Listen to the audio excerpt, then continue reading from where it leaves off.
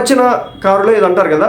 So మీరు చెప్పండి, ప్రపంచం మొత్తం తిరిగి మీరు ఏదైతే నమ్మినటువంటి దేవుడు ఉన్నారో, నాకు తెలిసి ఈ రోజు కూడా నేనాడు కూడా మతం మారమని ఎప్పుడు కూడా ఎక్కడ కూడా చెప్పడండి, గుర్తుపెట్టుకున్న ఆ విషయాన్ని.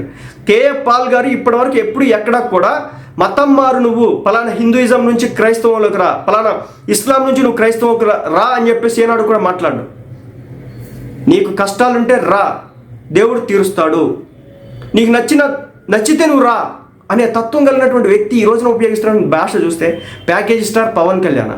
అరే అసలుకి ఏం మాటలో, నేను చిరంజీవిలాగా కాంగ్రెస్ పార్టీకి, పవన్ లాగా బీజేపీ పార్టీకి అమ్ముడు పోలేదు. మేము వాళ్ళు చెప్పినారా, పవన్ కళ్యాణ్ గారు చెప్పినారా నేను బీజేపీ పార్టీకి అమ్ముడు పోయినానని? పొత్తు పెట్టుకోవడం తప్ప. సో నాకు కేఏ పాల్ గారిని ఆయన మీద దూషణ పర్వం కానీ బూతులు మాట్లాడటం కానీ అలాంటి ఆలోచన లేదు. ఎందుకంటే మీరు కూడా ఆయన లైఫ్ స్టోరీ గురించి తెలుసుకున్న తర్వాత ఆయన మీద రెస్పెక్ట్ పెరిగిద్ది. ఒకవేళ మాట్లాడాలన్నా, ఒక బూత్ మాట మాట్లాడాలన్నా, ఆయన్ని టార్గెట్ చేయాలన్నా మీ మనసు రాదనమాట. ఎందుకో తెలియదు. దయచేసి మార్చుకుంటే,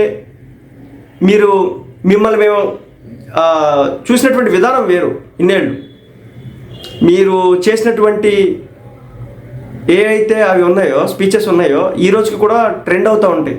అలాంటి పర్సన్ ఈరోజు వచ్చి ఒక లోకేష్ గారిని, ఒక చంద్రబాబు నాయుడు గారిని, ఒక పవన్ కళ్యాణ్ గారిని ఆ స్థాయిలో మాట్లాడుతున్న తీరు చూస్తుంటే ఏ విధంగా రియాక్ట్ అవ్వాలో కూడా అర్థం కావట్లేదు. దయచేసి మీరు కూడా ఆయన తిట్టకండి, వదిలేండి, ఆయన దృష్టికి ఆయనకు వదిలేండి. పెద్ద ఆయన వల్ల మనకు నష్టం వచ్చేది అయితే ఏం లేదు. జనం ఆల్రెడీ ఆయన మీద ఒక ఒపీనియన్ అయితే ఫామ్ చేసుకున్నారు. సోషల్ మీడియాలో కావచ్చు ఆయనకంటూ ఒక ఒపీనియన్ అయితే ఫామ్ అయిపోయింది ఇప్పుడు. కాబట్టి మీరు టార్గెట్ చేయొద్దు, లివ్ ఇట్.